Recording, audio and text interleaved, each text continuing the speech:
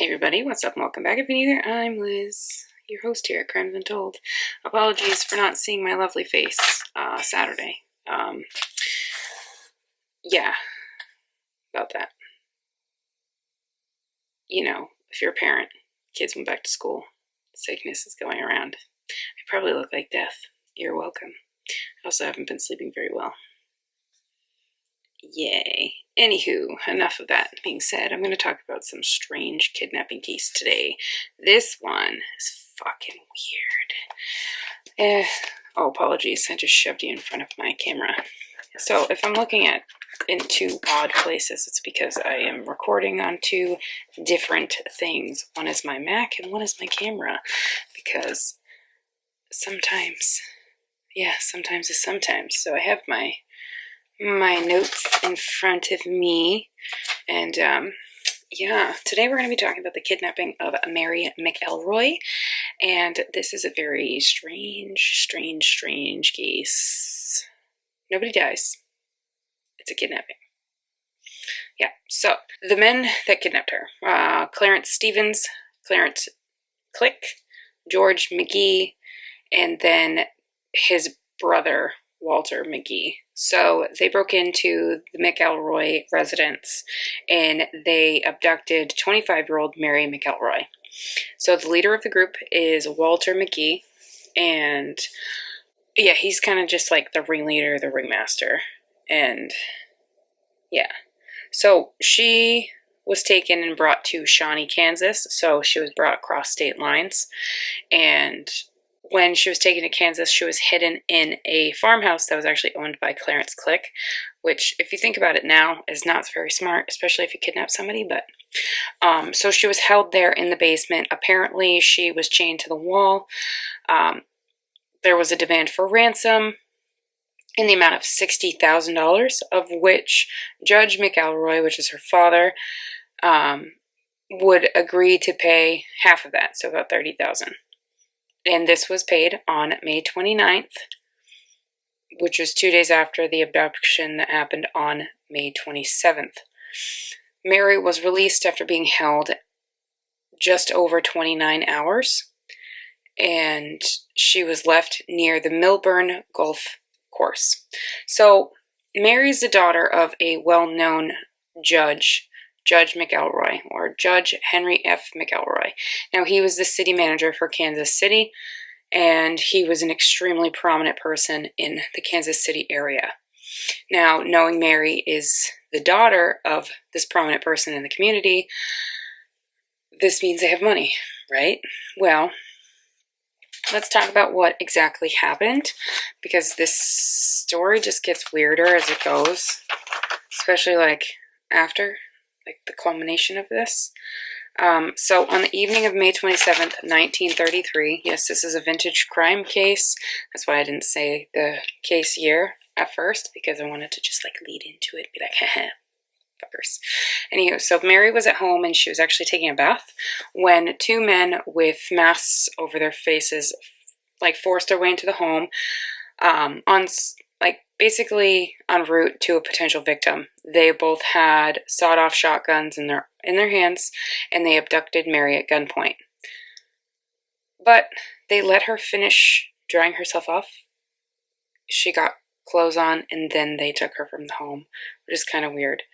So according to records that I read, Mary did not take what they were saying seriously. She thought it was a joke.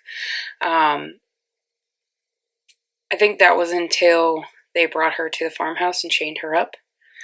So obviously, I've already mentioned ransom was asked for and it was agreed upon and money was delivered. She then was released completely unharmed 29 hours later.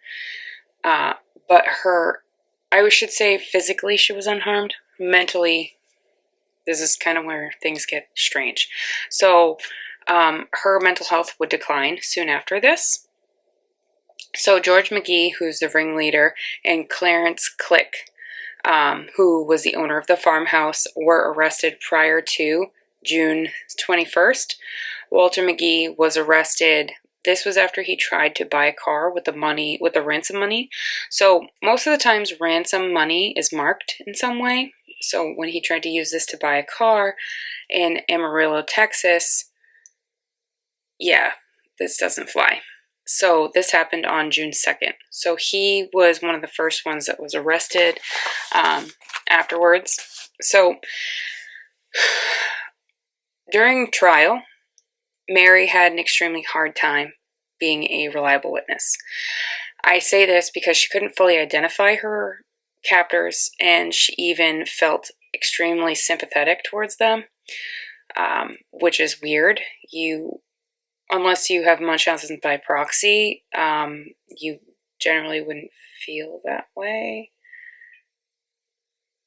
I mean, unless you're with them for an extended period of time, then you develop feelings for them. But she was only with them for 29 hours, so this is a little weird. She even went on to as far as meeting her captors' families and voicing her feelings publicly about her sympathy for them. Yeah. Mary eventually would suffer a nervous breakdown on February 10th of 1934, so the following year. And her actions after this would be even more peculiar.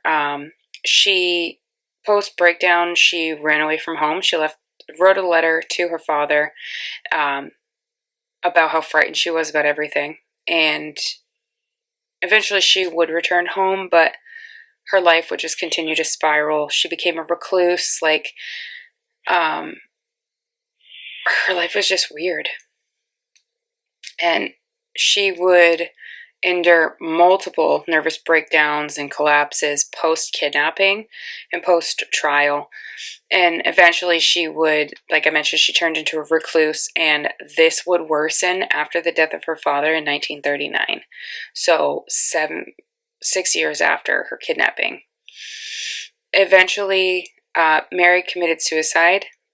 She was found by her maid on on January 21st of 1940. So this case I wanted to cover on purpose, and it's because this true crime case is weird, but it's where we get a full taste of a mentally unstable person that was affected by the crime. We don't generally see a lot of this now. I mean, we do and we don't. Most of the time we see the PTSD of a crime. This time frame this case happened in, which was 1933, a lot of things are different back then. So a lot of the time you just had a mental breakdown. A lot of the time people weren't taken seriously when it came to their mental capacities. And the way she expressed her sympathy for these people was very strange. Very, very strange.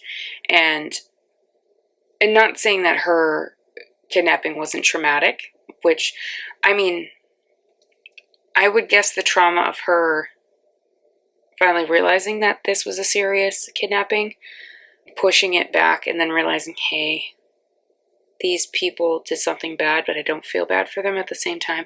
That's kind of strange for me.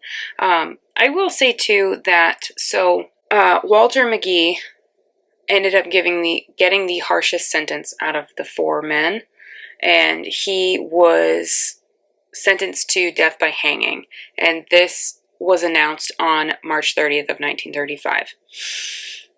But that's not the odd part about his execution. Mary shocked everybody by standing up and saying that was the wrong penalty for him. She felt bad for him. She even wrote the governor at the time, and the governor's name was Guy Park, and she said that Walter's penalty was weighing over her like a dark cloud, and yes, you're punishing him, but she wanted to plead for his own peace a lot. Like, she's pleading for him for her own peace of mind because she doesn't feel it's right. His sentence would be commuted to life in prison instead of him getting the death penalty. Yeah, like I said, this is a strange case, and I wanted to cover it because of how peculiar it is. We don't see cases like this anymore. We don't see mentally unstable people in true crime cases like this. And to find one like this, I was like, oh, hey. Especially where I've been on a roll about kidnappings. I thought it was a fun one to do. So that, my friends, is the kidnapping and suicide of Mary McElroy. Yeah, like I said, I wanted to do something different, something very strange and peculiar, because it's just not something that is talked about. I did forget to mention that she committed suicide by shooting herself in the head with a small caliber pistol.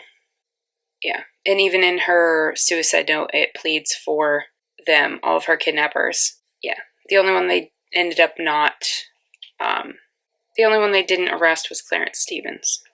But yeah, I hope you guys enjoyed, and I'll see you guys in another one.